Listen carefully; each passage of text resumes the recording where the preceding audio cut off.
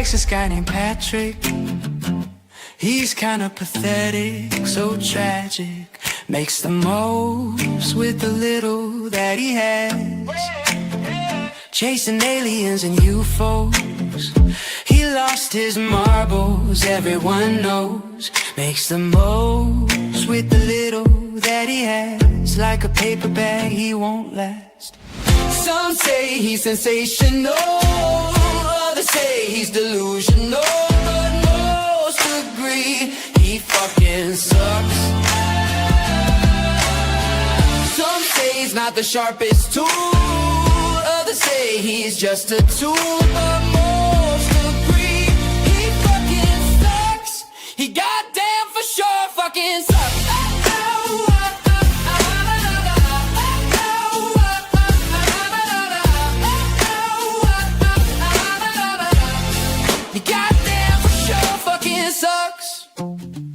No one likes this guy named Patrick. Super pathetic, dramatic, kinda believes in magic.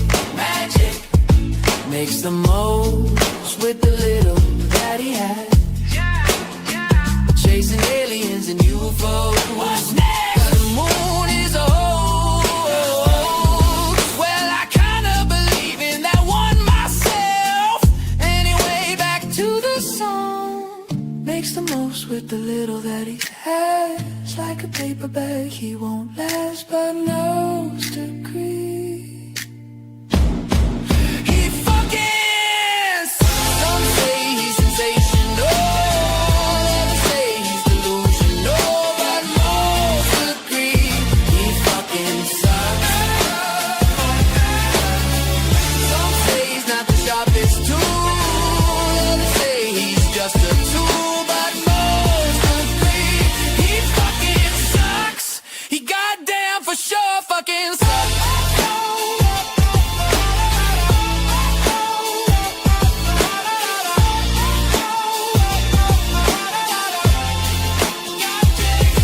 I got a bombshell for you.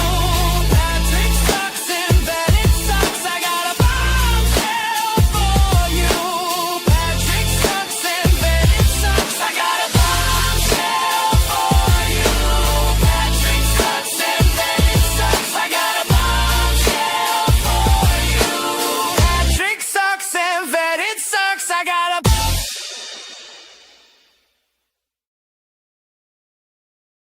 What up, y'all?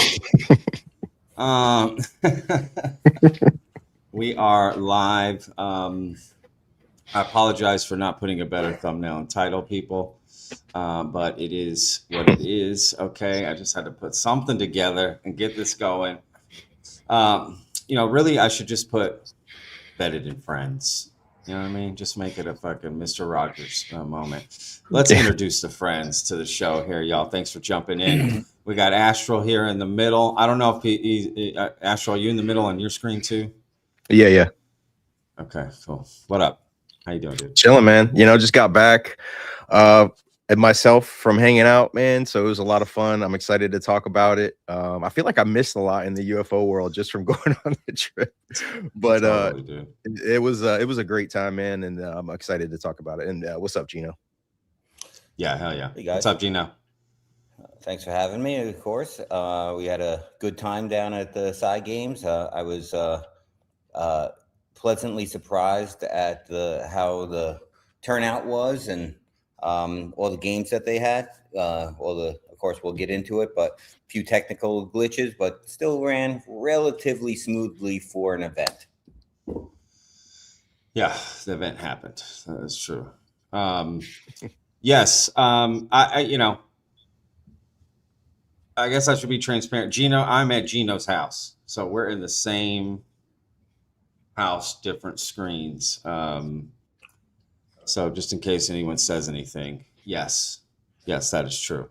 I'm in Vegas. We're going to Chris Ramsey's show this weekend. The It's Probably Nothing tour. So I want to give a shout out to that. I think there's still a few random tickets left. Maybe not random. That's the wrong word. I'm trying to help them sell these tickets. They have the worst seats are still left in the house. Make sure to get those. No, there's still some tickets left in general admission. And I just bought 2 tickets for Gino and I today, and so please, if you want to go, you want to hang out with Gino and I in Tucson, Arizona, make it there this Sunday. We'll be at Chris Ramsey's show. So, but yeah, I'm filming for the documentary that I'm doing after Psionics, which is still available on psionics.film. You can still get the film. It is coming out on streaming very soon. So I'll be announcing that soon, which I'm really excited. So you can get it on all the streaming platforms, but own it exclusively on our website with, again, an additional 3+ hours of footage. And this is really boring what I'm talking about, but I promise you I'm getting to the good stuff. So anyway, I'm out now for the next couple months in the States filming for a brand new documentary that will release next summer. And what's special about this one is I am directing this documentary. I am editing it as well. I'm kind of doing the whole thing. I'm filming it, I'm editing it, but I still have some help behind the scenes. But you know, this will be my film, a very personal film that I'm really excited about. That's going to come out next summer. And over the weekend, I shot a bunch of footage that I will be including in that at the Psy Games, which was in Charlotte, North Carolina. It's the second year that the festival has been put on. Last year, I believe it was in Charlottesville, Virginia. And they moved it to Charlotte because they had more seats or more people that wanted to come. So they needed a bigger venue. And Gino and I went. Astral was actually worked the event and helped out for a lot, all the marketing and who knows what else, other work I'm sure that he added to it. And it's basically what it sounds like in the name, Psy Games, right? It's just a bunch of, you know, people competing. I believe they call them perceptualists. And they compete in these competitions of different psi abilities. So like remote viewing, the mind sight, telekinesis, dowsing, something called dowsing, which I'd never heard of, precognition. And then surrounding that competition at the conference is speaker panels and workshops and, you know, booths selling all kinds of different, you know, things and performing experiments and stuff there too. Like it was that part was cool. So it just brought together all these people. We were there. We hung out. Let's talk about it, man. What are some first thoughts? Well, I think the most exciting start? part that I was looking forward to were the games themselves. I think that to me is the best part. And what makes it different, you know, of it not just being, you know, I was at Contact in the Desert a month earlier or so. Yeah. And, you know, a lot of the time that I had was just in networking in the lobby and talking with other people. I don't really get too excited anymore about people like speaking. Like the only presentation I went to was Jacques Vallée and Eric Davis. That was going to be pretty interesting. And Tim Gallaudet, I think, was on there. So the panels, just personally speaking for myself, I don't really get too excited. Maybe a couple panels that they put that you would put together. But I think the real excitement for me was going into the Psy Games themselves, seeing people compete and how that was all going to shape up. I had a little bit different of a perspective, I guess, working on the Psy Games going up to it. So I wanted to see how it would shape up from last year working on it. It was an incredibly exciting event. And we could talk about, I think, maybe the differences, but I think, you know, the excitement around the Psy Games wasn't the same for me as it was last year during the games, like when it was going on. There were a lot of clips that I had last year, people just raising their pom-poms and rooting people on and going crazy. It didn't seem like there were many of those moments this year. So I think that might have, you know, been a little bit lackluster for people as during the games. And I think the games themselves, to me, were a little confusing for people. It was confusing for me. And I've been in parapsychology and testing and into this stuff for 15 years. So I think some of the games were confusing. Well, you know, I'm going to compare a lot of stuff to last year, the previous year, but before they were simple. So fans can understand, people who are watching, people who didn't really know anything about Psy or research could understand what was going on, kind of get into it right away. But you know, it's going in for me. I was just excited to see a lot of people in person, hang out, you know, network, see, you know, just hang out with friends, go out to dinner, hang out, you know, just talk about different subjects and talk with people that I admire as researchers. So in that regard, I had a great time for that. Yeah. Well, what about you, Gino? This is your first Well, time going, right? Like me, yeah, first time. this was my first time there. Again, like I mentioned earlier, I felt like it was a good event. It's hard to throw events. Yeah, That's for sure. yeah, There were a few technical glitches that pushed back time, but still they were able to make up for a lot of it. And like Astral said, it's being able to see it in action, the exercises in action. That was very, I guess, eye-opening is a word I'll use for it. It's something that I've never seen really in action with so many people.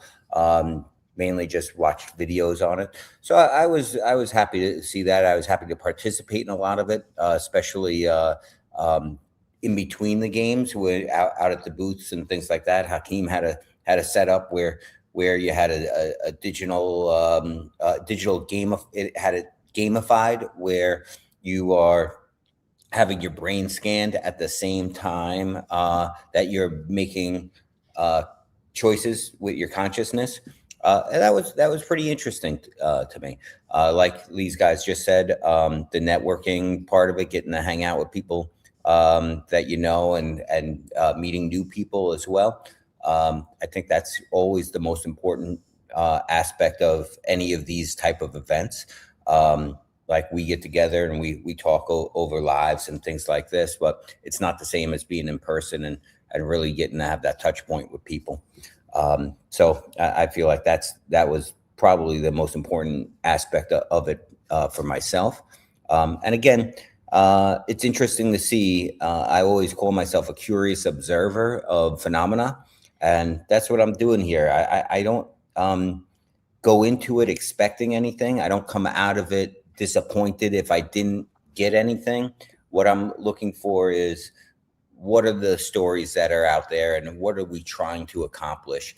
And I was, again, I feel like they did do a good job of bringing this phenomena to a wider audience.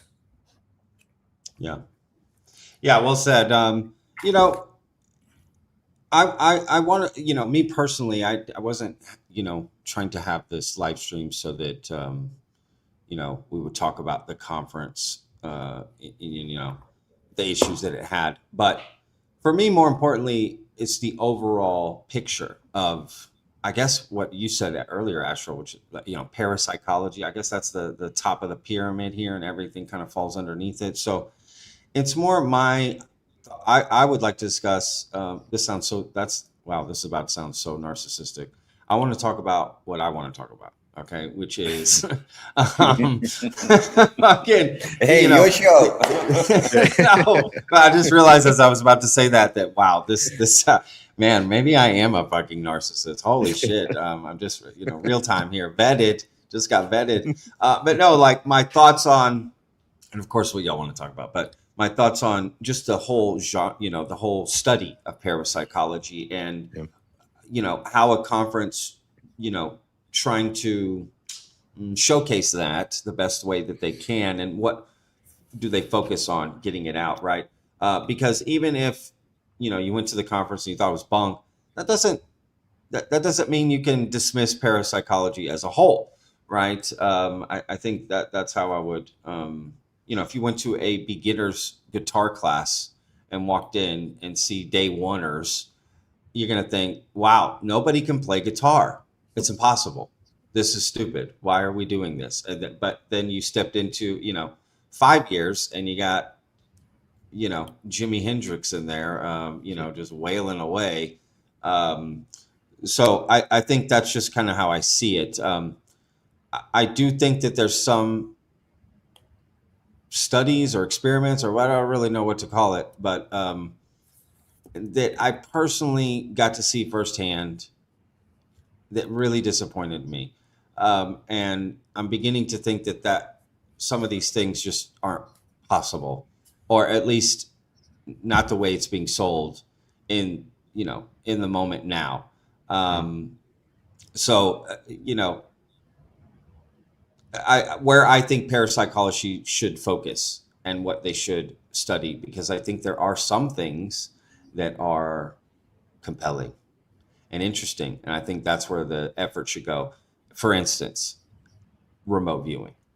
I think of all the things I've heard from parapsychology that I can think of off the top of my head, remote viewing is like at the apex of having the most compelling evidence and history underneath it of any of these sort of, telekinesis and these sort of things, right? Like remote viewing seems to be, whatever that means, seems to be the most compelling. And This is just my opinion, real quick. This is just my opinion. Yeah. Go ahead. I feel like with the remote viewing, we got to see a demonstration of it in the games as well. And one of the demonstrations I saw, I felt was compelling. There was two different people who came up. What they were remote viewing was Easter Island and the Moai, and it was on a hill. And two of them were drawing the hill in the right diagonal. I just felt like that was compelling. Yeah, absolutely. And see, this is what I like about remote viewing is that even when we shot psionics last year, I never felt like anybody was cheating. Right? I never got that sense. Anytime I've ever done remote viewing with people, nobody's cheating. Now, the arguments you could get into are about interpretation of connecting what you drew to the image that is revealed or the target that is revealed. That's fine. That debate, and I would, that argument, no problem. But you never feel like someone's cheating. You know what I'm saying? I'm not saying it doesn't happen, but that's never the sense I get from remote viewing. I could argue over, again, interpretation, this, that, the other, but never like cheating. But when I see this, I'm sorry, I think, dude, you're just cheating. You're not. Now, if they peek through, in my opinion, they peek through the mask.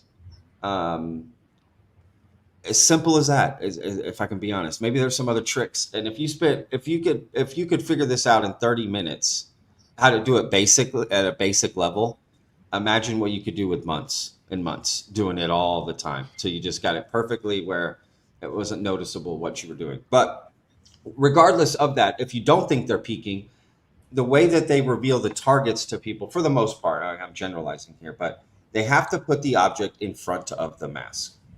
Whatever it is, the object, the color, you want to say a color of something or a shape on a card, that always has to go in front of the mask. That's how it has to work. But what would be more compelling is to put it, away from the mask. You can't see it behind another thing somewhere else. Then you see what kind of results people get. And that can still be compelling. Right? You don't have to cheat for it, right? That's what I like about remote viewing is that nobody's, quote, peeking. So again, you could argue over interpretation, how effective it is, but at least it's a compelling thing about, sort of powers of people. And I just think more focus should be on remote viewing. There's a lot. Well, more, even just the controls, I think, is what you're really getting at here. The controls need to be stronger in some of this, and the mask is a perfect example. When you look at parapsychology, mindsight is not even included. I wouldn't even say it's been involved. It's really come out in the past 5 years, or less than a decade, I would say, of it being a thing. So while ESP, extrasensory perception, which is telepathy, remote viewing, clairvoyance, and precognition, have almost 90 years of research through people who did very basic testing with extremely controlled ways. Zener cards where you have a board in front of you. There's no way you can see through the board because it's, the controls are put in place where you can't leak around the side. There's no mirrors or anything. So, and when we're talking about that, we're comparing it to chance. So if you were to guess right or left, you're comparing it to 50%. Over time is how you showed, we're showing the evidence. And so it was like a game where it was hundreds of thousands of trials of very simple statistical data showing that there is a phenomenon. What I think is happening now, so that drove the field, and that was, it was okay, you have a psychic ability, come into the lab under very controlled conditions. I'm going to control the conditions, the tester. I'm going to be like, the Exactly. testers were the skeptics. These guys were Yeah. like, oh, you're turning tables and you're tipping tables and ghosts and people are flipping around and levitating, and bring it into a laboratory where we can test it under extremely controlled conditions where it can be replicated by somebody else. And under these very strict conditions, they'll get the same statistics. And the thing is, that doesn't wow people. You know, when you're like, well, based off of 50%, these people got 56%, right? Like, oh, and Correct. everybody's like, okay, well, so telepathy is Correct. real. Well, it's not wowing Yeah. people. I think when Yeah. the attempt here, and the balance I think is there, is to demonstrate this in some way where people recognize that it's happening, but still have controls into place where you're abiding by the parapsychology field and keeping respect to that. Yeah. Yeah. Yeah, for sure. Gino, do you want to add any thoughts, or I don't want I to? think I'm on the opposite side of you guys on this one. I again, as I said, I'm a curious observer. Yeah. I put on the mask. I've tried to play around with it. Even trying to put it on a skew, you would have to be really, really trained to be peeking through it to see. I mean, we had people talk about 300 yards they were seeing things. So,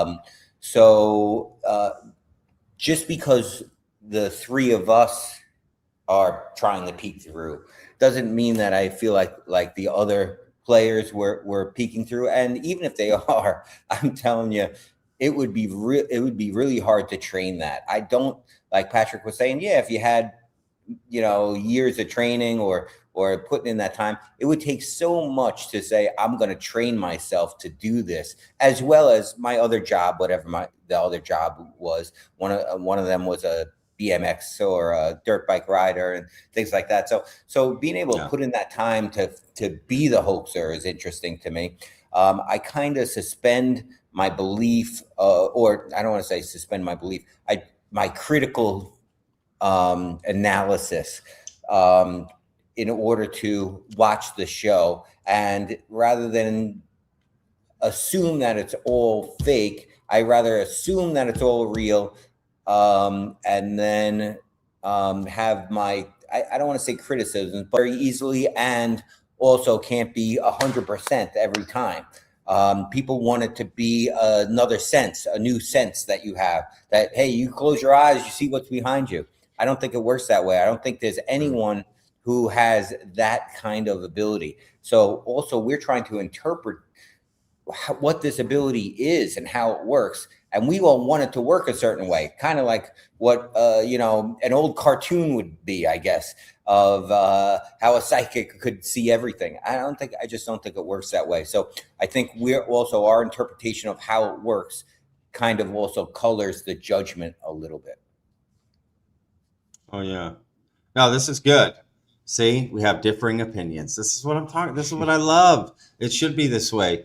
Look, you make some good points, and I think there is no right or wrong answer here. Like, I think you nailed it on the head, actually. And I think I just had an epiphany right now, actually, Gino, that I think with this and maybe many other things, which is what I love about you, is that you take the story at face value going in. You know what I mean? You just kind of give them the benefit of the doubt, a little bit of grace, and kind of, run with it. I like that.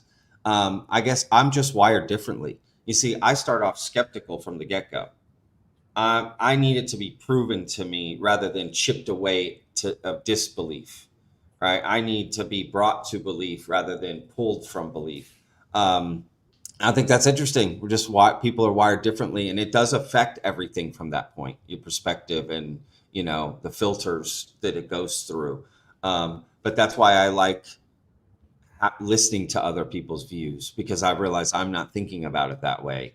And it's really helpful to hear these other perspectives and how you're looking at it, which I totally respect. And at the end of the day, I want this to be real. I want this to be real, y'all. Reading minds, that sounds absolutely great. And this is where I'll land the plane here. we filmed for the documentary. I filmed at the conference, filmed lots of great things. But I have to admit, after on rewatch of watching the dailies, as I'll call them, from the footage that I shot, the coolest parts were when we all went back to the Airbnb and us three here, the guys from Planetary HQ, and I think one night a gentleman named Dr. Dan, who I've had on, showed up one night. And that footage I would describe as jackass, but instead of physical stunts, we were doing mental stunts. Because that's what it felt like, the footage. It was cool. It was fun. It was raw. It was real. Real people. This is what they'd be doing, testing this stuff, you know. And that was interesting. And when even though I was thinking that, okay, people are peaking. I still believe that. But with that said, we also said, let's be fair. Let's really fucking put these masks on. Let's really try to fucking do this and see what results we got. And guess what? There was some interesting results. I can't lie. That is true. And we did it, you know, for a while and different ways and different people. That's all I'm saying about Mindsight demonstrations and showcasing at these events or just in general. Just do it that way. Let the real results speak for themselves and let them be compelling. Because in my opinion, when you start to fuck with it and dilute it, you know what I mean? People are just naturally just going to dismiss the whole thing when maybe there is something there, a nugget of something. And that's it. That's where I'll land the plane. Well, I want to also say this. The side games are not for skeptics to become believers. The side games are for people who are practicing this to continue to hone their skills, for them to meet other people who are doing it, to figure out, hey, how could I learn to do this better? Because my results are okay, but not phenomenal. I mean, we've seen some of the people who are doing it have amazing results, and some of the people just have mixed results. So again, I don't feel like the side games is the place to try and figure out, if I was going to use the word vet it, but you know, maybe that is the right thing to do, to vet it at the side games. But I feel like if you're going to the side games and you're paying money, you're not paying money because you're not sure. I agree. It should just be fun, right, in my opinion, right? Fun, meeting people, hanging out, having the demonstrations. You know, you're in a world of you know, everyone's there for the same thing. Like, I'm with you. You know, that I agree. I'm talking about it as a whole, just as a whole. You know, studying it, getting science behind it, right? Like, just that's all I'm saying. But I agree with you about side games as a whole, or any sort of event like that. Right. The event in the weekend, I'll give it a 90. I'll give it a 90%. You know, some things could have been changed. We all talked about the activities that were there and how they could be changed. That was interesting. Our conversation about that, and I think we were in agreement on that. I would give the games themselves probably a 75%, because, you know, it's fair. New. It's only year number 2. We gotta figure out what's working and what's not. And it's also hard to mix what you do with an event as what you want to showcase, because these things take a certain amount of time, and time isn't your friend in an event. You got to keep things moving. That's what you only have a short amount of time. Like, if you're doing an experiment in a lab, it's as long as it goes. But if you're doing an experiment live in front of a live audience, you have to turn and burn these things, get through them and move on to the next. Yeah, I think a lot of it too is just what you guys were saying, of being motivated, you know, for people who might be, this might be on their radar, or they might have heard of someone that was speaking there, and to inspire exploration into this. Not necessarily believing it, but I think that, to me, and you talked about that before, Patrick, if that's the approach I think would go best all around, is inspire people to explore it, start investigating it, you know, look into the research, not only just looking into experiencing it yourself, but also combine that with the research that's there.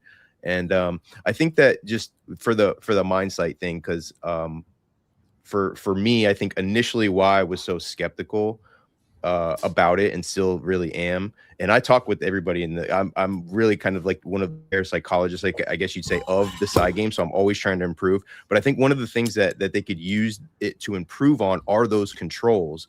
So to be like, okay, if you want to compete in the side games in Mindsight next year, you have to use this mask that completely covers your face. So it's improving the standard for testing through the side games. You can still have the demonstration of it and that, Yeah. but Oh, I you see. you use the feedback from people who are in the field doing the research. Diane Hennessy Powell, somebody comes to mind who has researched this stuff like Mindsight. We had people like Jeffrey Mishlove who were there, Paul Smith, people who are actually Dale Graff, people who have had research projects in the field. And I think taking their feedback on how to improve it, in that work in itself. But I think I just want to go over some, because I think it's kind of funny, and this is exactly what I thought of during the Mindsight competition. It might be a little bit hard to explain what was going on, and that's another feedback that I had. But what contestants had is they had these, I think it were 10 pegs that were there, and they had 72 donuts. Okay, so 10 pegs and 72 donuts. So the donuts were, I believe it was like 9 donuts of 8 colors, something like that. And they had to flip over a card. I think it was a certain number of colors, but they had to flip over a card and match on the donuts the specific color that needed to be in that pattern for each of these pegs. So I just ran it. I was like, well, what's the odds, right, of them of just, if somebody just guesses it, really, like they're completely covered and they're going against chance, like what are the odds? And the odds are of somebody getting like around 8 to 9 correct. So if they're just randomly picking a donut and putting it on the peg, you know, and again, their task was to look at a card with a already designated setup. So then they had to, with the Mindsight mask on, grab one of the donuts, so identify what the color was and put it in the exact location. So it was an extremely difficult task to do, you know, under a 5-minute period of time. So exactly. There's a time limit. So even without the time, for somebody to do this completely blindfolded and with no vision at all, and it's all chance, they're expected to get around 8 or 9 correct. Okay, every contestant in it was like 30, 40, 50 in that range. So they were 3 to 7 times what was expected if you were. I think someone guessing. hit 60. Yeah, 60, like the winner 60. So what I did just in the first round, I put all the scores together and I was like, well, if this happened and you took Mindsight out of it, right? Like this wasn't about a psychic test. You just took the statistics alone of how well these people did. Okay. And put it into just general science of what that would mean, what impact that would have. And, you know, usually you're comparing it against one, you know, if there's a significant deterioration from chance, it's around 1 in 3.5 million, which would be, in this experiment specifically, would be like 5 sigma, which is a distance away from the chance of just guessing. Okay. Correct. So we're talking about 5 sigma, 6 sigma, 7 sigma, which are 100 billion, you know, 500 million, 300 billion, 1 in 300 billion chance. Okay. 10 sigma, which is like the strongest, 1 in 1 to the 23rd power. Do you know what the significance is of what they scored? Come on, bro. 10 to the 81st power. It's dozens of times magnitude. So I was like, what does that mean? The chance, it's 80, it's 1 in 80, 1 with 89 zeros. It's like unfathomable. So I said, you know, I was kind of going through and like, what would this mean? If these numbers were genuinely tightly controlled and independently replicated, they would be closer to significance to discovering that the Earth orbits the sun, that germs cause disease, that detecting gravity, that would be the significance of these statistics in science. If a scientist was like, it would be groundbreaking science. So I think the fact that it's too good, it's too good. They're not taking it in a lab and proving it this way, right? Which would bring all the scientists from around the world to witness it and see it and be behind it. And why isn't that happening? Yeah. because the experiments aren't controlled, right? It's for show, which to some extent at a festival or conference, I can deal with that, to be honest with you. If the audience is more involved, whatever. But outside of that, why aren't they doing this? Why aren't they getting these controlled experiments? Right. They can't So get it a should be the donor next to thing. to Should be to the next step. sponsor these tests, right? And exactly, it should be the next step. But again, separate from side game, like I want to remove side games from the equation because it is a conference and it has a whole different, goal and strategy Right. than the study of these different things, right? Mind sight. But yeah, I mean that's a great that's kind of a great point. Real quick, I've had this comment pinned up here on the screen for like 20 minutes. I just want to Yeah. answer it because it's a good question. What about the blind guy that could see, Patrick?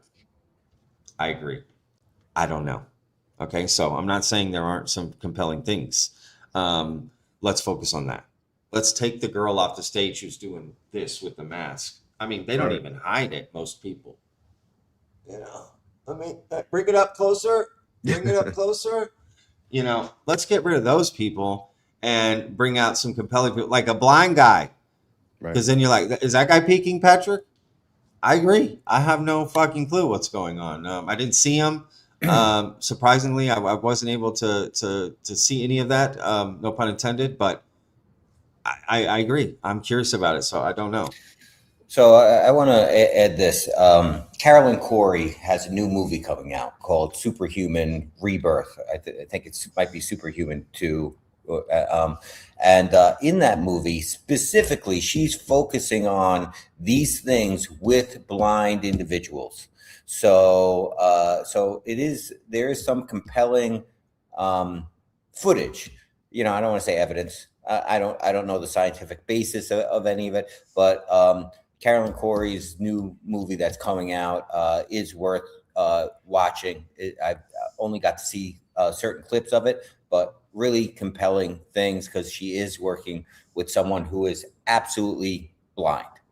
And I gotta meet a blind guy doing this, dude. I'm just thinking for the documentary. I gotta meet a blind guy doing this. Yeah, because that's fair Sean, to the topic, right? I think that's balanced. If I'm gonna criticize or do these other tests or I gotta be fair. Oh, I saw the demonstration, and I've seen the guy's name is Sean. He actually had contact in the desert, took out his eyeballs. I've seen him do that. I did. Bro, Yeah, do you think you can help me get an interview with that guy, Astral? Yeah. I'll put a word out. I did a podcast with Dahlia before for the side games. Yeah, I could reach out. That'd be cool. But so that was a very interesting part to me, and I think this is right. Like this is the direction I think it should definitely go to explore some of this stuff in the demonstration. So before the side games began earlier in the morning, they did a demonstration where they had even he was turned around, so he wasn't even looking, and they had these cards which were shapes.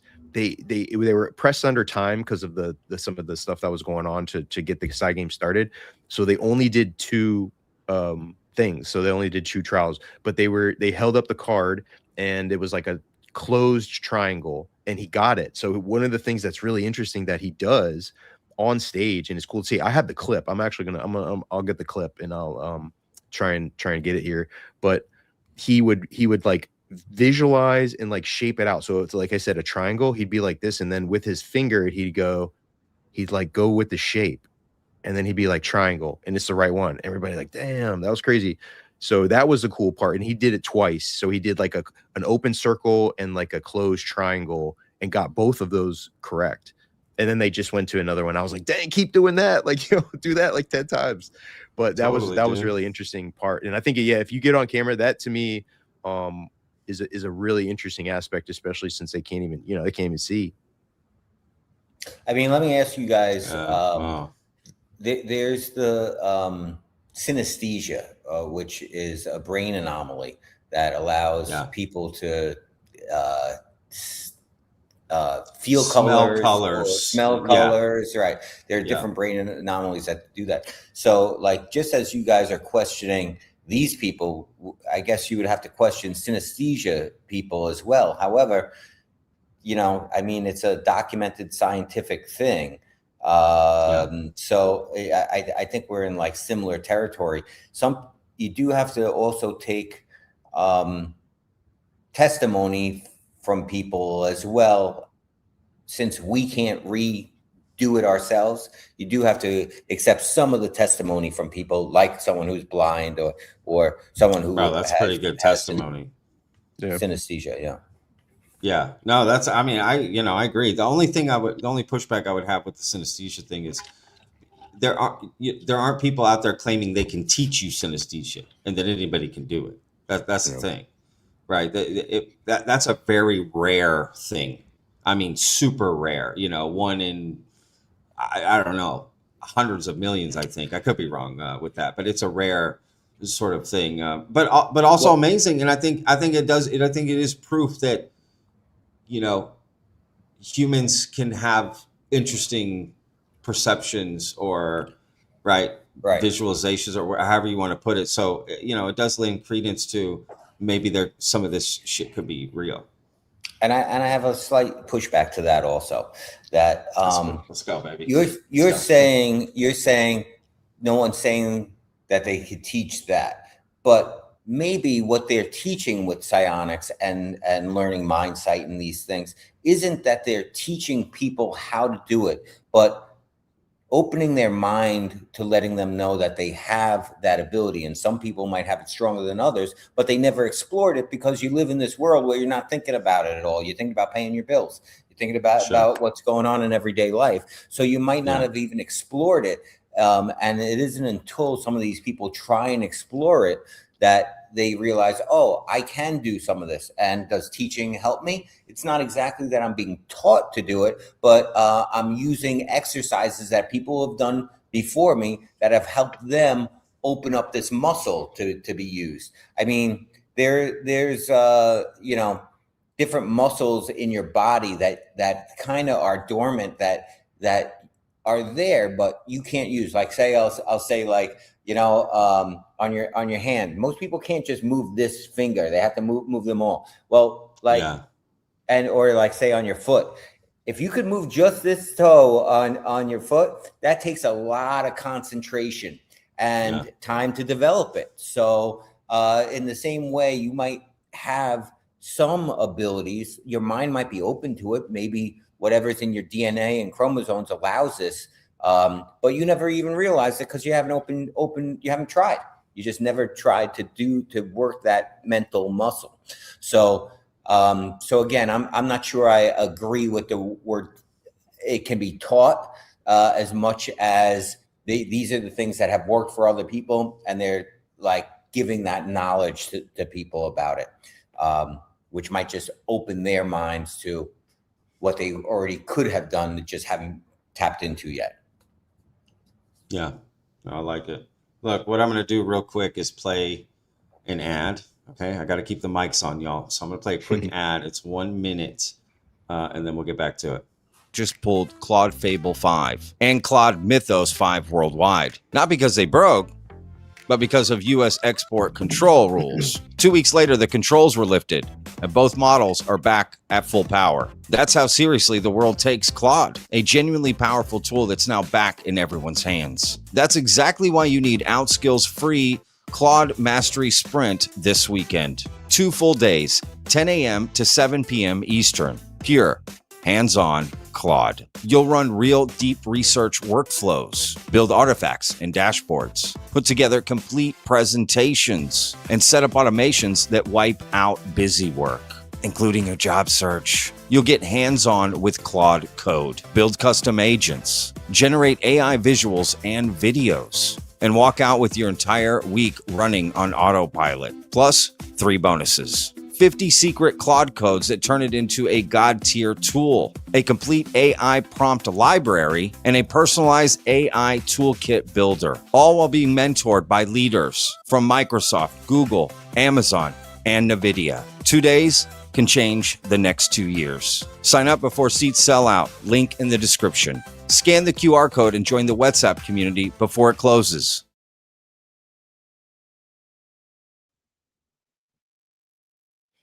I gotta admit, I'm never gonna do that again. I'm never going to do an ad like that in a live stream. That was I am ashamed. That sucked. I was absolutely even I was pissed off. Like, I gotta say, what are we watching? Why did I do this? I think I'm joining the course though. Yeah, bro. I like that. I mean, it was a good ad. I think I'm going to. You don't want Yeah. the prompts, man. You want the bonus material, bro. I guess I was just thinking like we had a flow going, and then I have to interrupt and break. I want to give us all a break. I need to have a video that can give everyone a break. Go to the bathroom, get a thing, But okay, I mean, it's not a bad ad. I'm just saying. Yeah, if you had like a trailer of a movie that might be coming out. Oh, that's already out, like Psionics that Gino and I worked on, right? Like, I mean, yeah, exactly. Yeah, instead I'm like, let me put this bullshit in. Yeah. Okay. It's a good chance to reset. Is there anything else about I kind of wanted to get into some other things, about UFOs and stuff here. Was there anything that we any last thoughts about mindsight, this, that, or the other? Any of that stuff? I don't know. How we feeling? Everyone good? I'm gonna go with I was really happy with the things I saw. I can't say that I'm anywhere closer to thinking mindsight is real, but I also am not ready to say charlatans.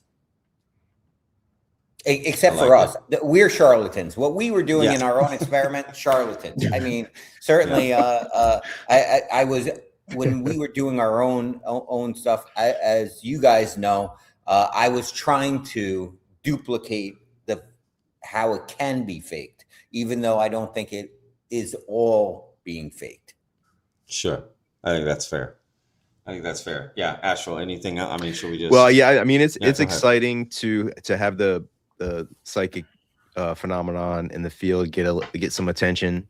I think I think what we've been talking about too is getting the right attention, and not having something that might not be authentic and genuine drive the entire movement that it's going towards. And so my hope is just that all these other things like remote viewing, precognition, PK also get recognition as well, and it's not just driven through mindsight and the mask. And look, to me, if the mask is changed and it's extended and the controls are set and people are still doing it, I'm on board. I'm all in. Of course. Like change the mask. The whole thing to me can't be predicated on this mask.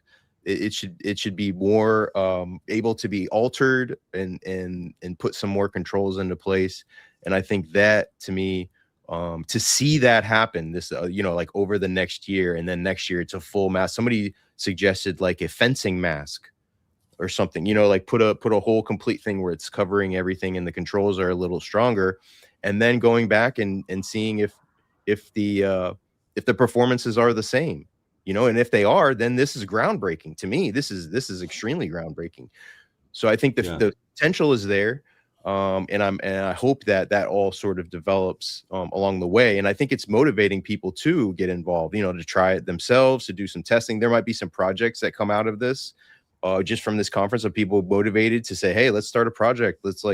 Let's really show that this is real, and make the mask and do the controls and all of that. So, that I hopefully it inspires a lot of people. I got motivated coming out of it, just hanging out with a lot of people and seeing, everybody that was really engaged in exploring this. So cool event for me. I had fun. Yeah. Hell yeah. No, that's good. Well, those are all positive comments. Let's leave it there. Okay. Cause I'll ruin it if I say some bullshit. Okay. Anything in the UFO landscape that has been at the top of your minds? If not, I've got a couple things. Gino, Astral, what do you think? Anything? I mean, for me, the Bigelow thing, the Bigelow meeting with Trump, and how Knapp was in the middle of this and sort of outcasted a researcher who was reporting on this story like 4 months ago. that Yeah. whole thing playing out was very strange to me. And just to see that Bigelow did meet with Trump, and I think the effects of that over the last 4 months. I don't know, if is the Air Force One thing because of that he took the questions and that kind of got this started. He hasn't made a speech yet. I think there's still been reporting. Even the Liberation Times has reported that there's possibly a speech. I wonder too, is he being bombarded with all this stuff? Like Greer's writing a speech and this person's writing a speech, and people are trying to bombard him with stuff that he might be like, yeah, I'm good, man. I don't want to. But that's one of the interesting things that I came away with this last couple days. I will say that Mark Christopher Lee is the UK filmmaker, UFO researcher, who came out in January of this year with the story that Trump was going to deliver a disclosure speech during Roswell, the anniversary of Roswell, July 8th. But that was in January. He came out and he said he had the information. He was sitting on it, right? And I believe he ended up getting it in December. Well, Robert Bigelow stating he didn't meet with Trump till February. So because Mark Christopher Lee tried to say that Robert Bigelow was his source, right? At one point, and there was a whole hoopla there. So I don't know. And Robert Bigelow gave Trump advice or whatever of a statement he can make, not a whole speech, right? And it was just confirmation. And Mark was saying something totally different, that we were going to get the whole shebang and a huge speech. He didn't hold back on that. But I don't know. Yeah, what does that? How significant is that Robert Bigelow, someone who donated to Trump a lot of money, got time with the president? I mean, that's what you pay for. You pay those millions to get that time with the president. So now with the time that he had, he did use it to talk about UAP in the Oval Office. He had 7 things. I think he got 75 minutes. So you're looking at 10, 11 minutes per topic. And so he probably spent 10 or 11 minutes talking to President Trump about UAP. No problem. I think it's kind of cool, for sure. How serious did Trump take it? I would argue it doesn't necessarily mean he dismissed it. If he's had a lot of people near him talk about this thing, right? And what he does with it, I don't know. I mean, clearly we got the tranche and all this. I don't know if Robert Bigelow talking to him had anything to do with that. You never know. I think it's an accumulation of things. Just all these things happening add up to Trump doing it, so it's just there.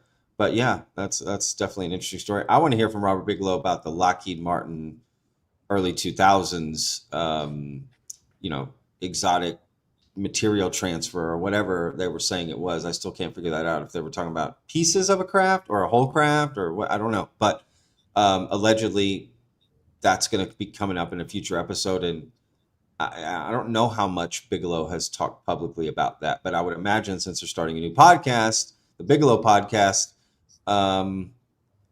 that they would get into more details that they haven't previously released about that, because Bigelow's at the head of that, and he's confirmed that with George Knapp that happened. So I don't know. Yeah. Gino, what have you seen the? Are Bigelow and him coming out with the podcast though, or is this Knapp and Bigelow, or just Bigelow? Just Bigelow, I believe. Okay. Oh, it's just Bigelow. Just Bigelow. Okay. But I'm saying, is Knapp going to be interviewing him every time? I don't think so. I think that. Oh, okay. That's what I was thinking. I could be incorrect, but I thought it was just Bigelow. I mean, it's called the Bigelow Podcast. George may be just there to help do a few at the beginning of just Bigelow, and then they'll switch to Bigelow interviewing people, potentially. Again, I don't know either. It's on Mystery. It's on Mystery Wire. Again, I really don't know. It just dropped out of nowhere. I you know what I mean? Nobody kind of knew this was coming. I never heard anything about this coming.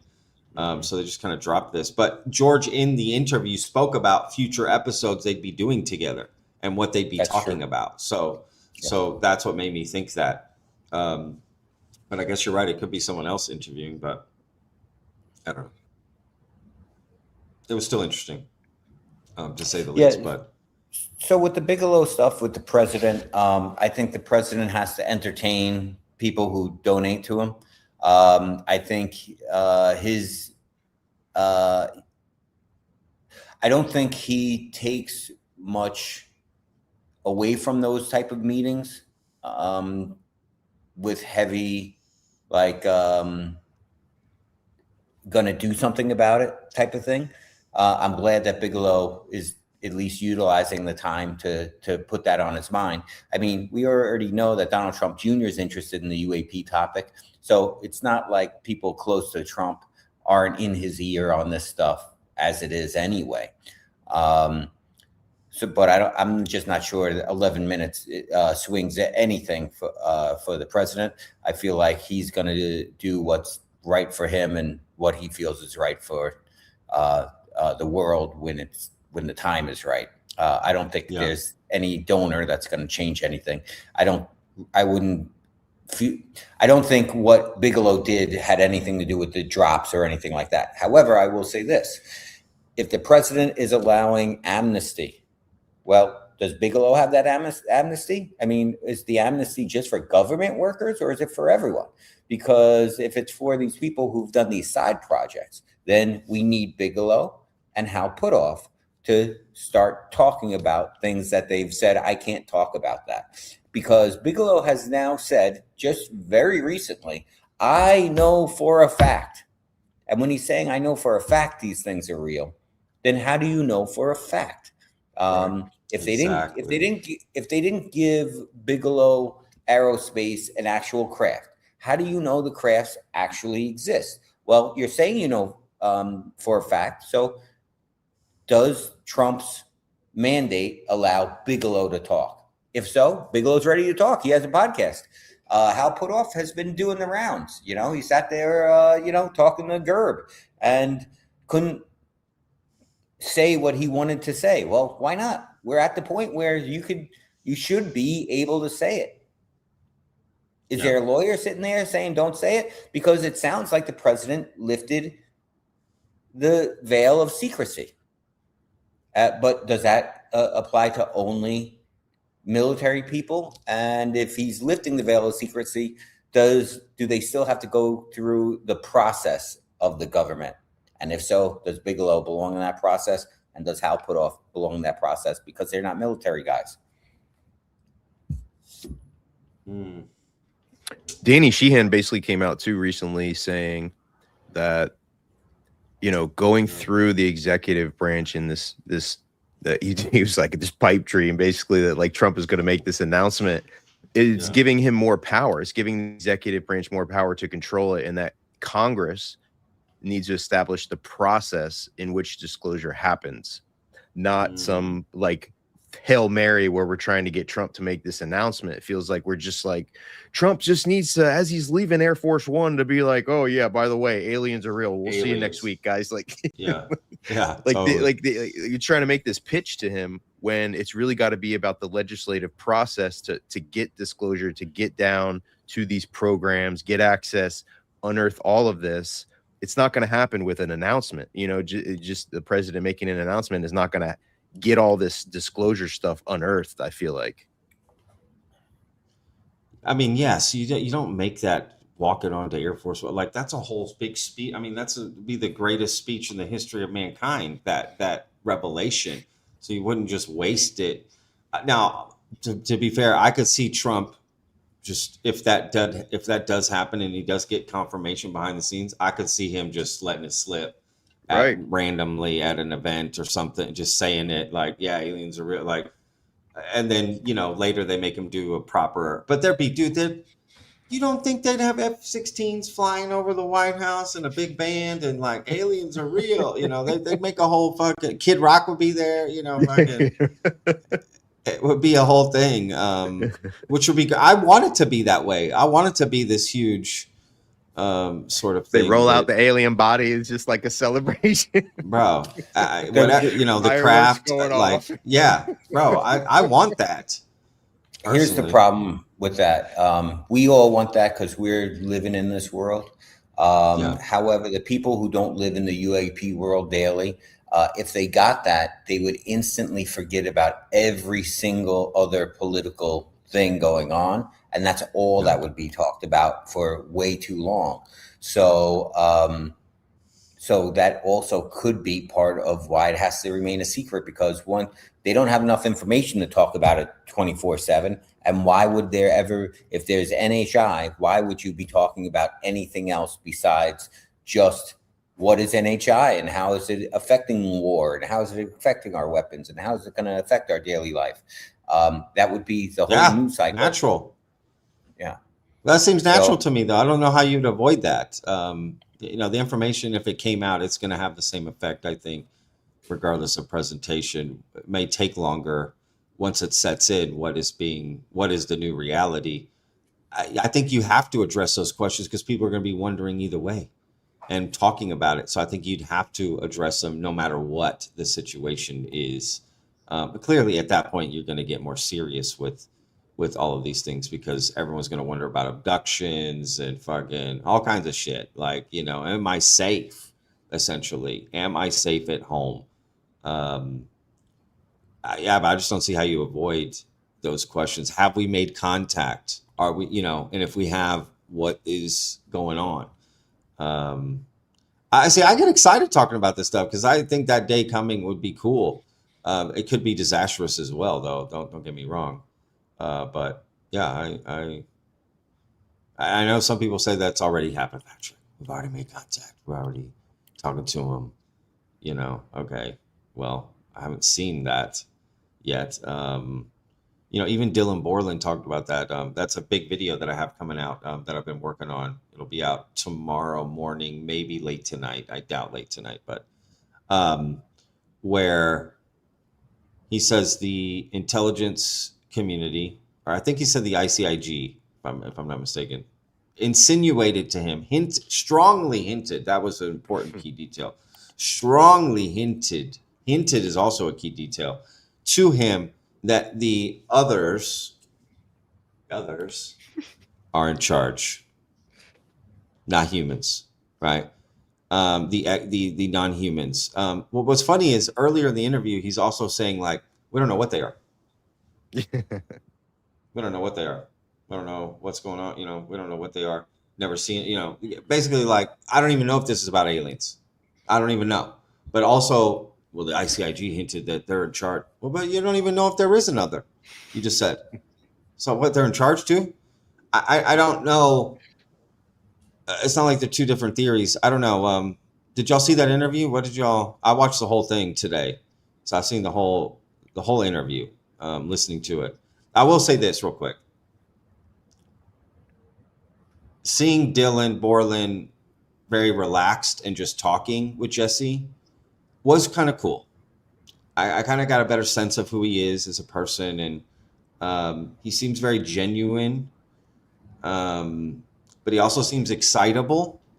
Doesn't mean that's a bad thing.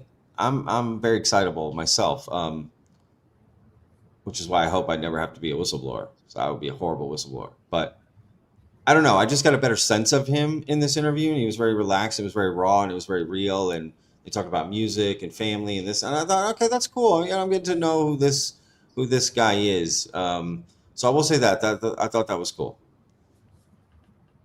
What did y'all? Astral, did you see the interview? Yeah, I saw some of it. You know, some of the clips, and I had an episode which I think I reviewed like one of the clips, but I think even the Rubik's Cube thing, right? Like I posted about the Rubik's Cube. I'm not big on the Dylan Borland case, and I think a key for me is separating the case and what he's bringing to the table from the person themselves, like 100%. Separating that person. There's the claim and the person make. Yeah, I agree. Yeah, because I think that a lot of people in the community like Dylan Borland, have met him, you know, and maybe even like friends with him.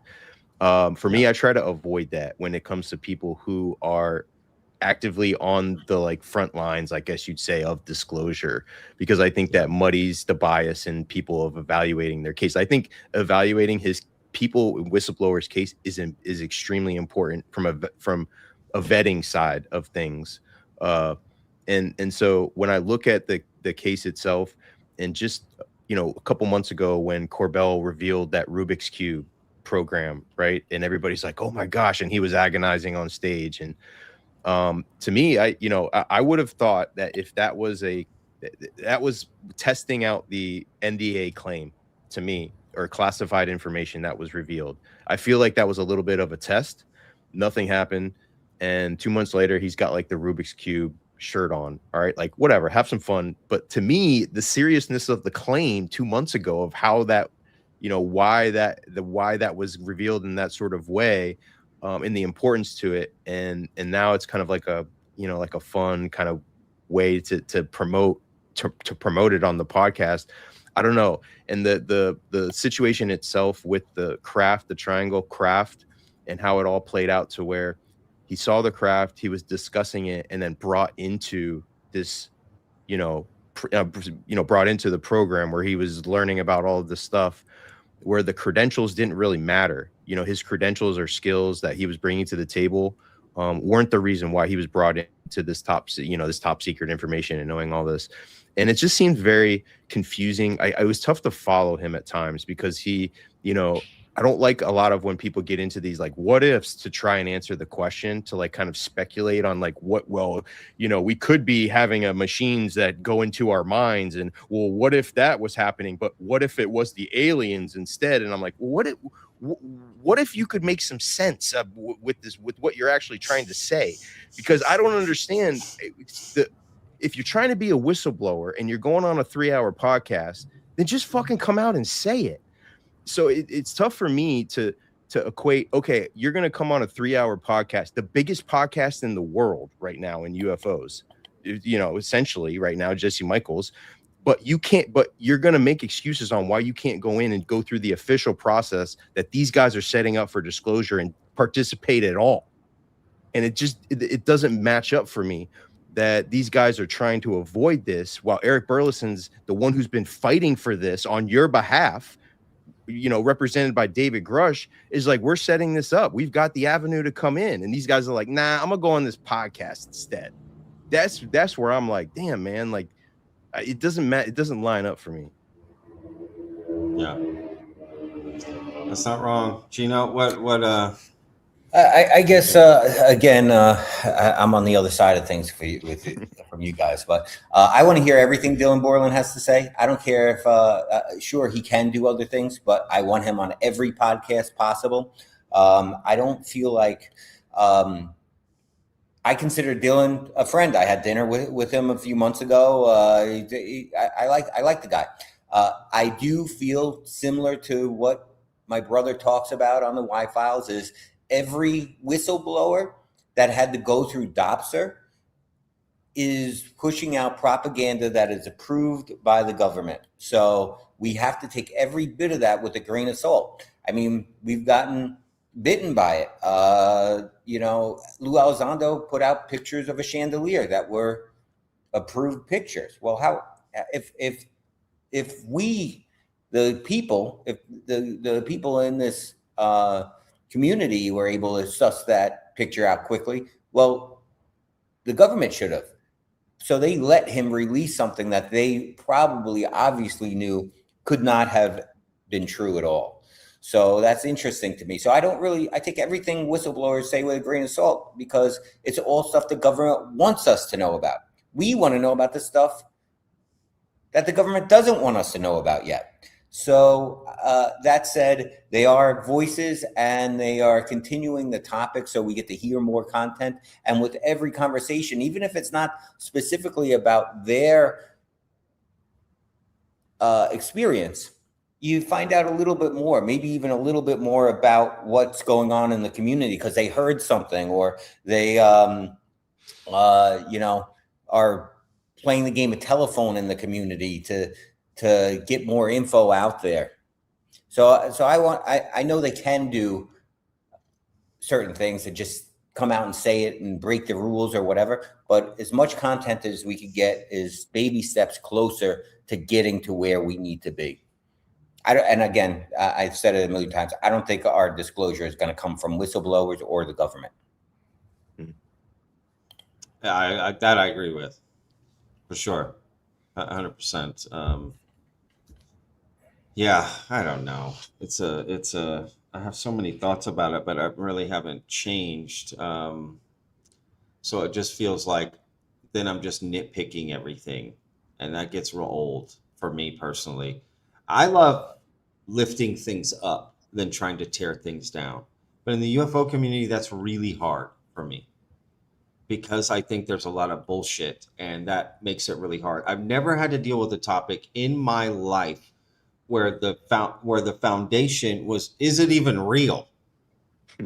You know, like I got to get over that barrier first. Name me one thing in my life that's been like, you know what I mean, that I've done. Any job I've had, career, you know what I'm saying, hobby. I don't have to worry about if the thing is real before I even get into it. I didn't realize how difficult that would be because everything else that I discuss or have been interested in, it is real. You're doing the thing. You're talking about the thing. You're in the thing. And I like to be positive. I like to talk about things I like rather than things I dislike. But in this community, again, for me personally, it becomes so difficult, which I've even had to change my own strategy of how I take things in. Because earlier in the podcast, the live stream, I said that you know, I was different from Gino in the sense that I go in skeptical at first, and I need to be pulled into belief rather than pushed out of it. But in my regular life, I'm not that way. I'm the other way. I believe people. I take everything. You know what I mean? Everyone gets a benefit of the doubt from me. I lean that way. If you tell me you went to X restaurant and had a good time with your whatever and saw this movie and did this thing, I don't question if that's real or not. You know what I'm saying? I don't anything really anybody's telling me. If you tell me some crazy story at the bar, we're having a couple drinks, and you know how people get. I do the same thing. Start telling some crazy story, and then you know, next thing you know, we're in the backseat of a taxi with Kevin Bacon. Man, it was a crazy night, dude. And you're like, oh shit, okay, Kevin Bacon, bro. I don't question it. I don't know. You know what I mean? I go with the flow. But when it comes to UFOs, it's like, I think that's what people confuse about me is they don't realize I really want to fucking know this. I really want to know. I'm not bullshitting. Like, I actually want to know if this shit is real. Is remote viewing fucking real? Can we really move fucking shit with our minds? Does the government actually have crashed UFOs and fucking aliens? I fucking really want to know. Not just, well, I'm just here, you know, chariots of fire bullshit.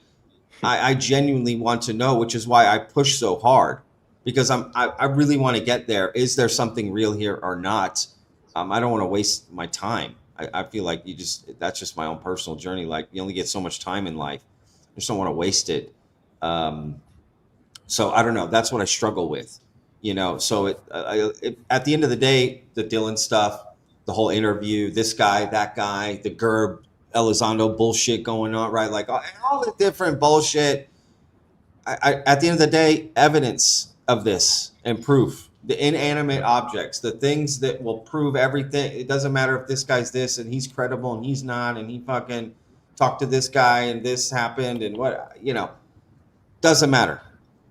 Evidence and proof of this coming out. And like Gino said, and I agree, and I'll land the plane here, I don't think whistleblowers or this government push is going to bring us the truth ever.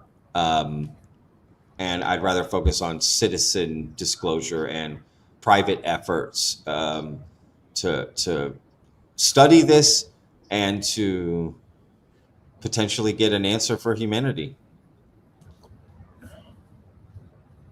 That's wild. That was basically where the direction was going in the beginning of the year.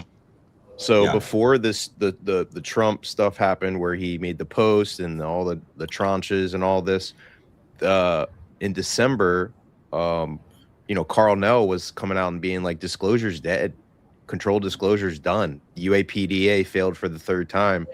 And the new approach going into 2026 was data collection, solidifying the scientific field. And I was like, all right, let's go, like gather the data, prove it, bring in some valid scientists, get that in order to where you can catch up to all of these claims that there's evidence collecting, that there's something going on, and it's totally separate, independent from disclosure itself. It's not even involved in people telling us anything. It's us with discovering and collecting data on the phenomenon itself. It's totally different. And I think it's just goes back to once that all this stuff happened with the Trump and all of this was set up, it's right back to disclosure. It was right back to, we got to get the answers from our government, call your Congress, and right back to it. And the UAPD's coming back up. And I'm like, we just went through this. This was dead 6 months ago.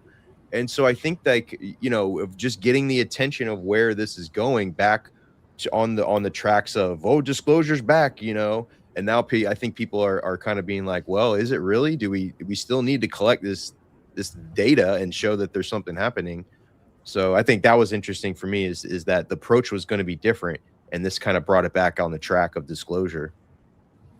Yeah. Well said. Gino, what do you think? I don't know. I don't think I have much to add there. I got caught up reading your comments and things like that. But one of the comments from the Dan Blast. It sounds like I'm having a conversation with you. You said that, they said that woman with the autistic child that is now teaching sightless sight is full of crap. Everything they demoed could be replicated, and that pisses them off because fakes muddy the water. Okay, that I understand that fakes could muddy the water, and I understand that everything that they demoed could be replicated, but that does not mean that it's all a fraud. Just because we could replicate it doesn't mean that it's fraudulent. People cheat at things. I agree with you. It doesn't take away the whole thing, but people can cheat at poker. Doesn't mean poker's not a real thing that you can play and win, right? Or whatever the game is. So I'm with you. That's why I think you need to have strict, in the World Series of Poker, are they not watching for people cheating? They're strictly watching for that. They want to get rid of that because it would ruin the game. But what happened with basketball when that whole fiasco came out about the betting and all the different players and refs and all that bullshit? Remember that shit? That was like a year ago. Dude, that taints the NBA. And you don't know as a viewer watching the game, is this real? Or is this set up? What's bought here? And you can't get into the games the same way. And that's what I feel about this stuff. I'm not saying this isn't possible. I don't know. But what I do know, what I suspect, I shouldn't say what I do know because I don't know shit. But if the possibility of you accomplishing the things you say you're accomplishing also include, you could easily just peek and get it, eliminate the different points of doubt and weaknesses, right? That skeptics or whoever can use to get at it. Eliminate those things, like Astral was talking about, full face mask. Let's do this. Let's do that. Still do the experiments, and let's see what's compelling and interesting. Let's get to the real shit. Like you said, I agree. I'm not saying everyone there is cheating. I'm not saying it. I don't know if anyone is at the end of the day. That's what I suspect. And I think it's just part of the possibilities of what could be happening based on the controls. If you removed the blind guy, is a great example. Clearly, he's not peaking. So that's interesting. All right, let's look into this more. But I mean, I feel like I'm just repeating myself. But yes, I agree with what you're saying, Gino. Like, it doesn't dismiss the whole thing as a whole. Yeah, I think that even with me, when I had the experience, when I genuinely put on the Mind Site this last weekend and we did it, at one point I was like, well, yeah, so I put on the mask, right? And what they talk about as the experience you go through is this window opens up. Okay, so a window opens up, and you're supposed to then be able to see through this window in the pocket. Yeah. So that's why you see people adjusting their mask. Well, I put on the mask at one point, really genuinely trying to do it, and I was like, I think my window. I think my window opened up or something. Like, I can see light in, right? Yeah. And I'm like touching my mask like up here. So I'm like, it feels like it's over here. So is this my, is this my window? And then Is it as happening? I'm going through, I'm kind of finding where the light is, and it's right between the pocket. It was like right here. But Yeah. I guess the point is I think I don't think everybody is going in and they're just cheating. They're just like finding a way to cheat. I think a lot of people genuinely think that this is happening with the mask and their windows are opening Yeah. up, but it might be where Sure. it's just leaking and it's not necessarily, again, the controls, that there's different places and pockets where if you don't have it on a specific way, some of these things can start to, peek in. And people would genuinely think when they're putting on the mask, I almost did, if I was able to like still have that and right off the bat, and people were telling me that this is what happens when you start to see that, and then you start to see, and then those start to happen, then you're gonna buy into it, I think. You know what I'm saying? So I think a lot of people aren't necessarily like being malicious and trying to fake it. I think they're genuinely thinking that this is happening, but the controls aren't into place where there's a little bit of You got to leakage happening. remove that possibility of Right. accidental dishonesty, real dishonesty, all of the things that you know what I mean. You just remove that, so it's just fair and neutral for everybody Yeah. doing it. I mean, essentially, yeah, I agree. I'm gonna read this comment here. It's from Pug. We still don't have definitive proof of how the pyramid blocks were positioned. How will we get proof of things that may not even exist? Well, yeah. I don't know. I have a whole different. Oh man, I don't want to get into the pyramid stuff because I probably get a lot of hate here. I'm not on board of the aliens built the pyramids. I'm not saying it's not possible. I'm just saying I'm not convinced of that. I'm not convinced of the whole. How did they move these blocks down the thing? It's impossible. How did they do this? I'm not. I just I think humans are quite capable of a lot of things, and I don't think humans get enough credit for things. And but regardless, yes, I mean at the end of the day, there's no video of them doing what they're doing. You can't get proof of things that don't exist. That's the whole point. Like that. That's why it's the onus is on the person making the claim to prove themselves, not disprove it. Lack of disproof does not equal proof. You know, so lack of evidence of the claim being true again doesn't equal it's true. But I don't know, whatever. Mind sight, precognition, remote viewing. Again, I think remote viewing is the most compelling and interesting, and that's there should be just a whole remote viewing conference, in my opinion. It's Yeah. just all remote viewing. I think that There would is. be There is, awesome. yeah. I would. Oh, there is one. Well, it's the International Association of Remote Viewing, IRVA, Remote Viewing Okay. Association. But And I they mean, have a it's all about conference. remote viewing. Yeah. All right, that's kind of cool. See, that's what would interest me. That would be rather interesting. Just be to go honest. to answer that question too, and I think Yeah. just what we were talking about with parapsychology. So parapsychology came about because they were trying to figure out whether the afterlife was real, and they were trying to figure out how Oh, to yeah. test and collect data for the afterlife. And this is like the early people in the like 1940s and 50s trying to really do the science behind some of this stuff, like larger questions. And Yeah. the closest that they could come is studying the next thing, which was psychic phenomenon, non-physical things that were happening. So people were having these experiences, like near-death experiences, and they were going, how can we study this? And I think to study something that quote unquote may or may not exist is you have to collect enough data and evidence to make a case for it existing.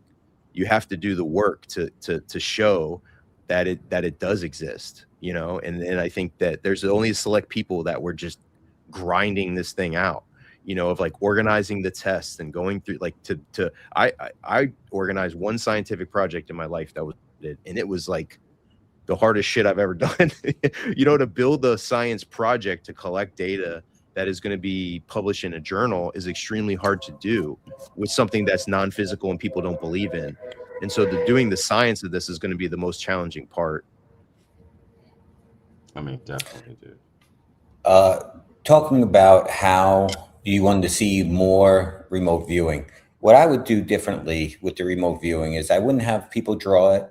I would have them wearing headphones that they can't hear what's going on. And I would have them all remote view for a certain amount of time. And then I would have them one at a time take off the headphones, talk about what they saw, and then put them back on. And at the end, they all take them off. And then you reveal what it was. And then let the judge say, who talked about closer, instead of it trying to be pictures and drawing and things like that. Because again, if we were just doing remote viewing, it takes a long time. So you have to keep the time in mind. It's not like you remote view and all of a sudden there's a picture pops into your head. It seems like it's like little flashes of things that come to you. So you do need the time to remote view and try and interpret what you're remote viewing. And that's as far as I'm interpreting what I'm being told. I don't know, because I can't do it myself. So that's how I would fix that. I would make it, let them talk through it rather than have a drawing versus drawing, because then you're also, how good are your Pictionary skills? Mine are not that good. I can't draw anything. No, I realized that filming the documentary last year. Yeah, I've seen what you can draw, Gino. I mean, me neither. Yeah, I have those drawings. I should have brought them out. Like, even if you showed me the picture of the moai and I had to redraw it, it would look terrible. It would look worse than some of the remote viewers drew it. Oh, absolutely. Yeah, there's no question. There's very few Picassos out there remote viewing. It's most of us are chicken scratch shit. But yeah, so you're saying for side games, that's how they could potentially show it better. I mean, yeah, clearly they've got to find a better way to present those those games or whatever. Well, I think the crowd remote viewing it too was really cool, where everybody in the audience was able to participate. Definitely. And then they threw it up on stage, and we're really comparing it. But yeah, I think and also one of the things is to make the target reveal the most exciting, but like the biggest part. Like, okay, here we go, guys. We're gonna reveal the target. This is the big reveal, and then everybody's like, oh, then you kind of go through the analysis. But yeah, I like that. I mean, idea. you have that's good. Those lights come down like Who Wants to Be a Millionaire? Target reveal, That's what I see. If I ran it, there'd be smoke, wrestlers, fucking I'd have all kinds of shit going on, bro. It's like handcuffed to their handcuffed dog, exactly. Yeah, bro. That's what I'm saying. Yeah, no, these are all good ideas. Clearly, again, I had a good time. I want to say that I had a good time at Side Games. I really did. And like any conference you go to, it's only my second one, besides Contact. It's the hanging out. It's the meeting in people, hanging out in person, talking about everything, shooting the shit, is the most compelling to me by far. Without a doubt. I will say for this one, it's always great to meet vetters in the wild. So it was great to have people come up to me at Contact at Side Games who recognized me and talked to me about Vetted, and I thought that was cool. Gino, I will say that guy's a superstar. Everybody knows Gino. Everybody recognizes him. This dude's getting all the love. And I love that, to be honest with you. I think it's really great to get that. So that's what was cool for the festival to me, talking to people in person, meeting people and hanging back at the Airbnb and just talking and just being real about this. I by far the most fun. So if anything, Side Games did right on that shit. It does bring people together, and no matter what, you're gonna find a way to connect, if you will. So that was cool. Yeah. All right, let's just go through some comments here, and then we'll just roll it out here, y'all. And unless there's something else y'all want to bring up. I don't have anything. Okay, give us some questions, guys, in the chat here. Throw out some questions. Only for me. Forget Astral and Gino. No questions for them. I will delete them. Somebody ask who did the best at Airbnb. I love it. Yeah, who did do the best? I don't know. I think what I tried, I don't know. I was, De- Well, Dedrick. wait a minute. uh-oh, Wait a Dedrick, minute. bro. Remember? Dedrick might have done best mind sight, but Yeah.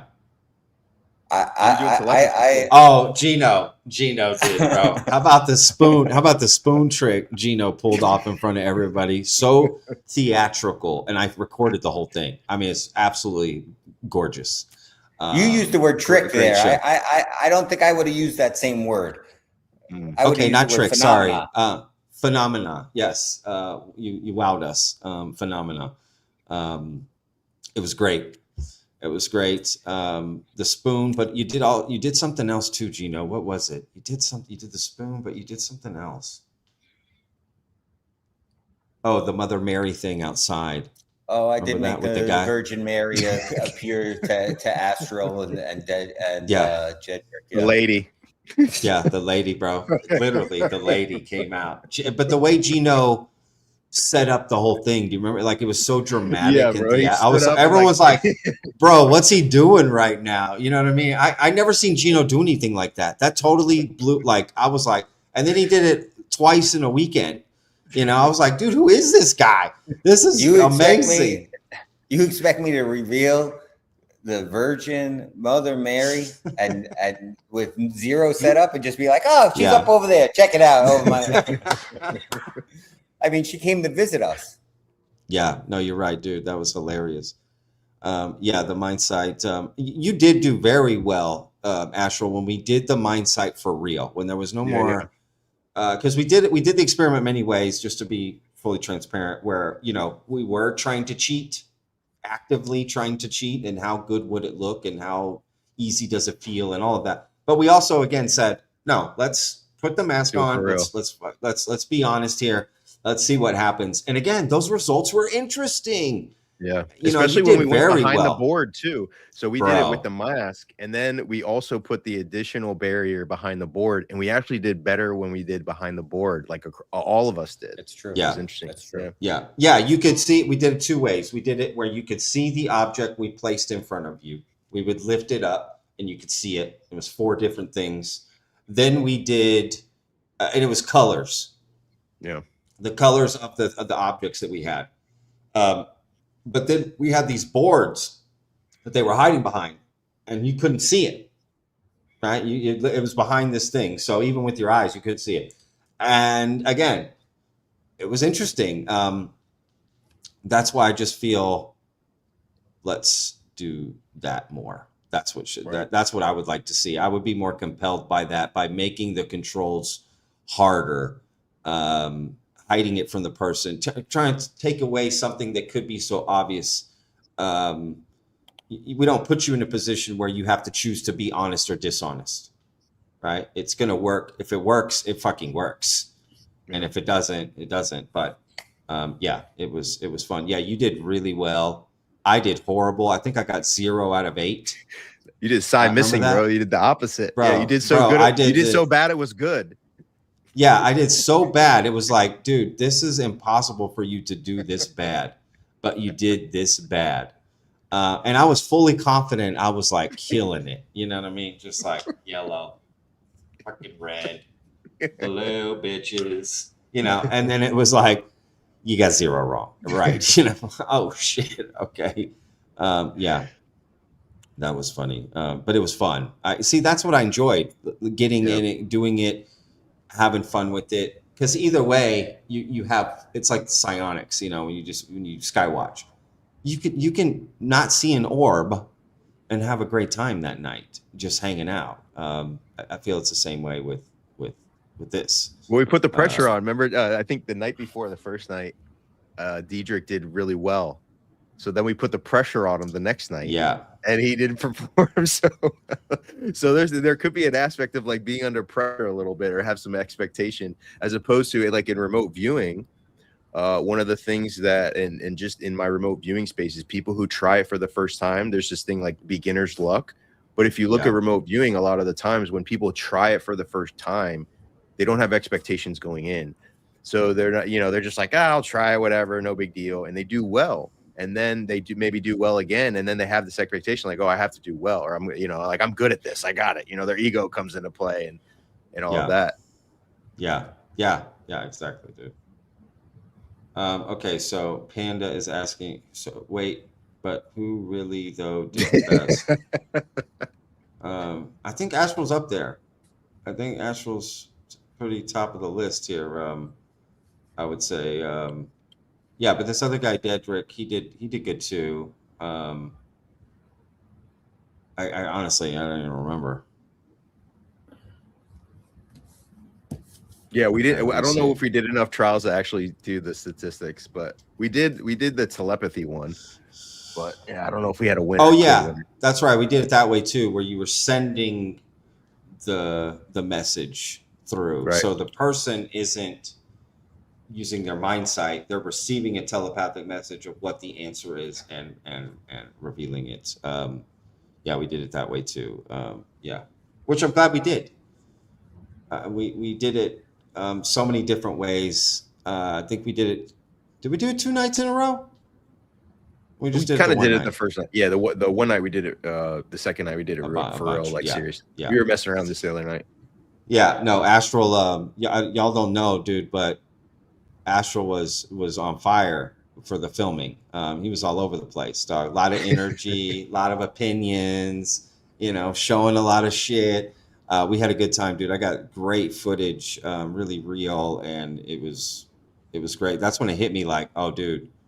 And all the stuff I shot at Sci Games. So to be fair to Sci Games, I got some great footage. I shot some really fun stuff, met some really great people, interesting people, had some interesting conversations and interactions. And I thought, oh, this is going to be a good documentary, dude. And I have so much more to film and so much more, many adventures to go in to mix this all together. So yeah, but it just hit me like, oh, this is gonna be good, dude. This is gonna be good. All right, we'll take the last question here. How about the Lube Gerb clash? Any updates? I really just don't care. I made a video about it clearly, but it's like, what are we? There's basically just them fighting now, and we all just have to. It's like, you know what I mean, like. On a bus, I feel like I'm on the subway in New York, or subway in Madrid, in Spain, and just people are arguing and you're just like, got your headphones in, just doing your thing, and they're fucking over here bitching about some bullshit. At some point, Gerb also needs to provide some evidence of these claims. Otherwise, why should we believe that this is happening? So in some ways, I agree with Lou demanding that, like, okay, we'll bring it out. But at the same time, I would say to Lou, you also make claims that you need to prove that you never prove all the time. Right. So yes, all of you need to do this shit. What can come from it that way? Can this get some evidence out? Because it is very much a lot of infighting, and you have Lou Elizondo's lawyer going on another podcast, just talking shit about everybody. Luna, fucking Burleson, Grush, it's just like, what's happening right now? What are we doing? What is happening? It's sad. Yeah, it's turned into a mess, really. To me, I think looking at it with how it was played out from this Disclosure Foundation event, which had Ross Coulthart and all of these guys in the same room. Like all of them were in the same room. And after that event, it seems like it's just gone totally opposite of what that event was trying to do, is to bring people together to study it. I'm with you, man. It's getting a little bit tiring at this point, just to see like all those Goonies, to come out from the underneath the rocks and to, start defending him and trolling on his behalf, and just to see all of this in the, to kind of play out publicly. I think, the claims got to be called out for sure, but to see all of the, the nonsense has kind of been annoying. Hopefully they get all on camera. I doubt it now, but yeah, I'm kind of tired of it. I'd love to see them both go under a polygraph on live on a stream, and any of these people, I guess. But even polygraphs you can't trust, right? So I don't know. It's such a weird argument too. Like, you worked for the UFO Legacy Program. No, I didn't. I didn't work for the Legacy Program. You don't know what you're talking about. Yes, you did. No, I didn't. Yes, you did. No, I didn't. And that's what we're watching. Like, what the fuck is, this is some bull. These are the people running the Legacy Program, Yeah, allegedly. These motherfuckers, and they've kept it secret this long. I don't think so. If they're running, this doesn't make any sense. Like, you'd have people way more disciplined. Like, I just don't see Lou Elizondo. No offense. Just look at his reaction. Look at the videos he's making as a response to it. This is the dude that was running shit with James Clapper. I just don't see it. I'm sorry. I just don't see that's the case.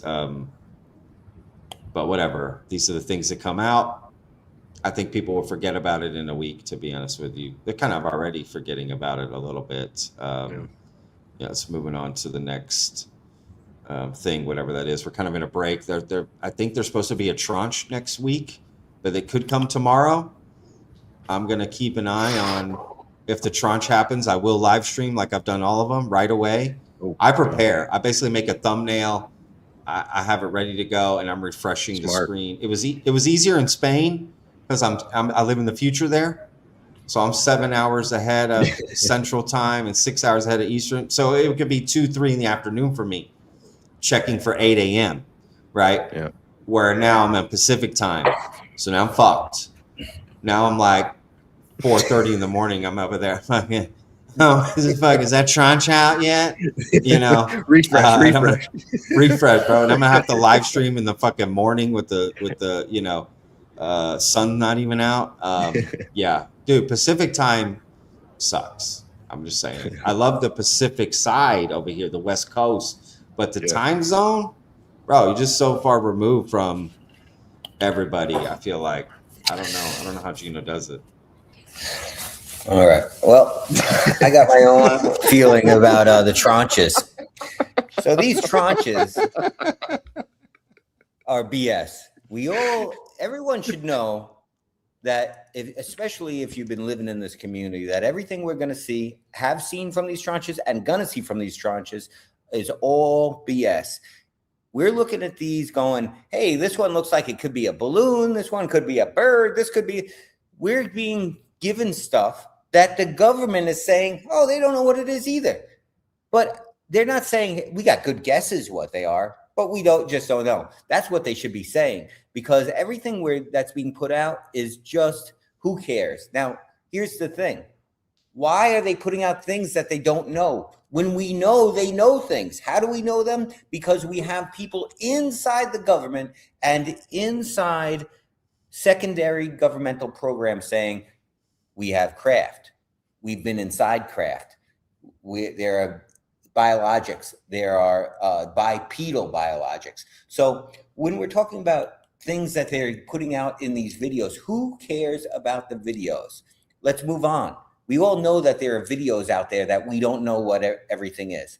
That doesn't even mean that we're going to look at these videos and go, oh, now we know what some of this stuff is. We're not going to. We're all going to keep going, I don't know what that is. It could be this, it could be that. But what we need to get to is the people who we directly have some trust in.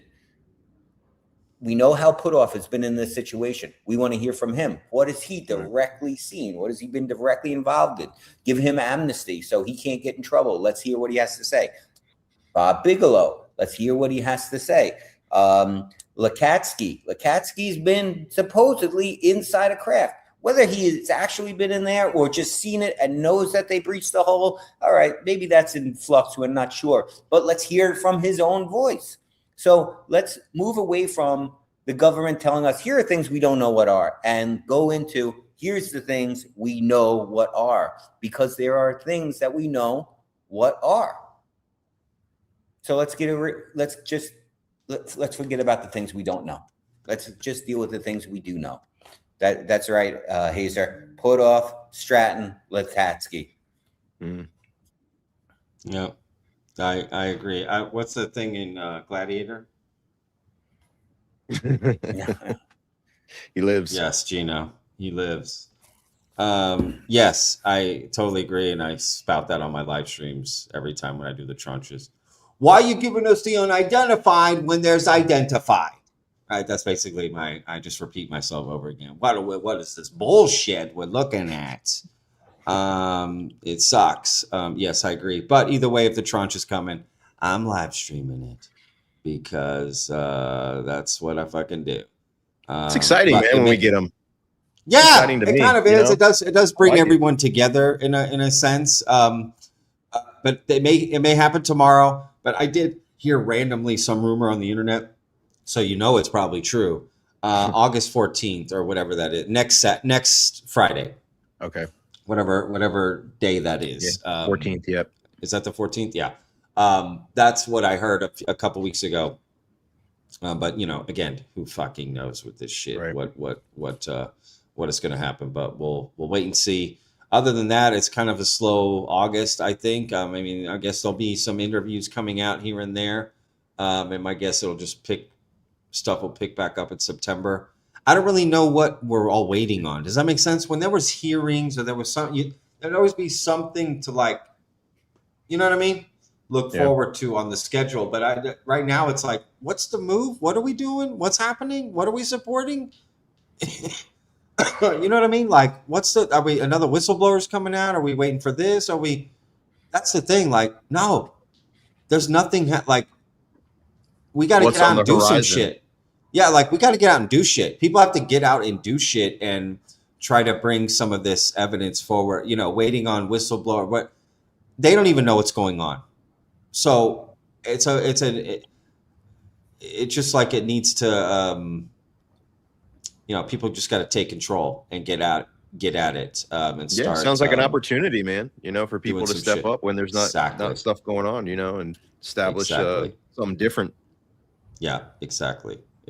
Just get out and start looking into things, and yeah, that's the goal. All right. I mean, I'm done. How y'all feeling? I think we're done. I think we did it. Yeah, I think I'm going to play that ad again. I'm just kidding. I'm just kidding. I have one more trick to show y'all. For those that just tuned in, I'm going to teleport.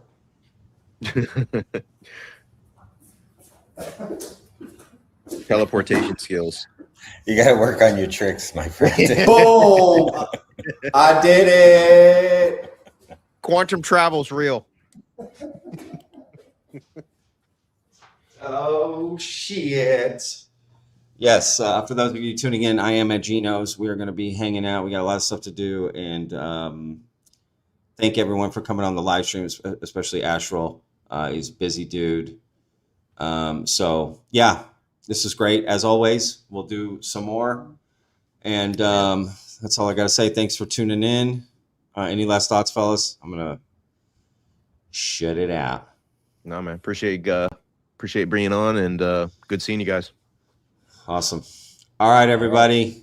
We'll see you on the next one. Remember, every day's a gift, y'all. Peace.